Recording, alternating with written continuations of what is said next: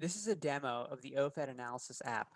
Directions for using the app and links to tutorials are on this tab. We begin in the main tab where we select the file with the data we want to process. We wait to proceed until we see Upload Complete in this blue bar. Then we fill in the rest of the tab. For example, we need to specify the name of the gate voltage variable in the file. In this case, it's gate V. We also need to specify the name of the drain current variable. In this case, it's drain I. I will leave the other inputs as they are. They are described in the video about the main tab. Once we finish filling in the main tab, we proceed to the outlier flagging tab. Here, we flag OFETs that are outliers because their data looks abnormal. The OFETs are plotted in this plot. Clicking on the Use Log Scale checkbox causes a log scale to be used on the vertical axis, which can make the data easier to view. Clicking on the Use Suggestions button causes the app to use an outlier detection algorithm to flag outlier OFETs. This algorithm doesn't always work perfectly. In this case, the data is so noisy that no outliers were flagged. Thus, we may have to flag some outliers ourselves. Putting the cursor over a curve shows the number of the corresponding OFET. We can flag OFETs by clicking on their numbers in this drop-down list.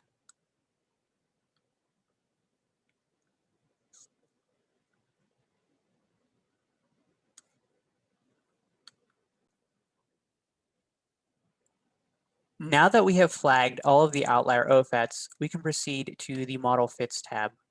Here, for the OFET specified in this box, the forward and backward sweeps are displayed, along with the nonlinear regression models fit to them. These models were used to compute estimates of the threshold voltage and the mobility. If we want to flag or unflag an OFET, we can click on this button. This plot gives us a way of checking the quality of the fitted models. The table below the plot shows numerical measures of fit quality. The smaller the normalized RSE is, the better the fit is. The closer the pseudo R-squared is to 1, the better the fit is.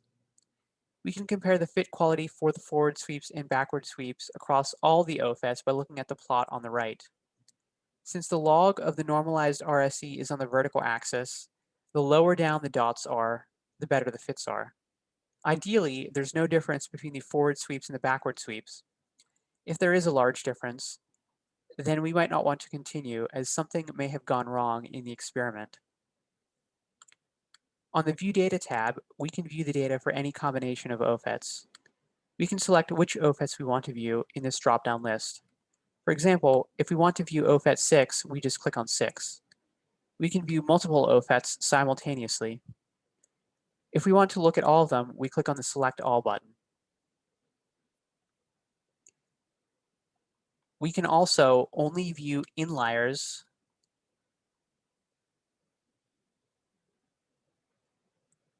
and only view outliers.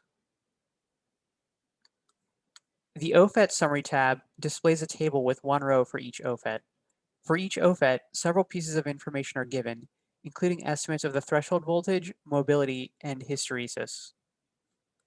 On the Group Summary tab, a table is displayed with one row for each group. The groups were defined based on our choices at the bottom of the main tab. For each group, estimates of the threshold voltage, mobility, and hysteresis are displayed, as well as measures of the uncertainty in those estimates. The Summary Plots tab displays box plots for each of the threshold voltage, the mobility, and the hysteresis. Data is shown by group in each plot. If we want to download the estimates computed by the app, we can go back to the main tab and click on the Download Results link. This will cause an Excel file with the estimates to be downloaded. The downloaded file has 3 sheets. On the sweep summary sheet is information for each sweep of each OFET. On the OFET summary sheet is the information from the OFET summary tab of the app. On the group summary sheet is the information from the group summary tab of the app.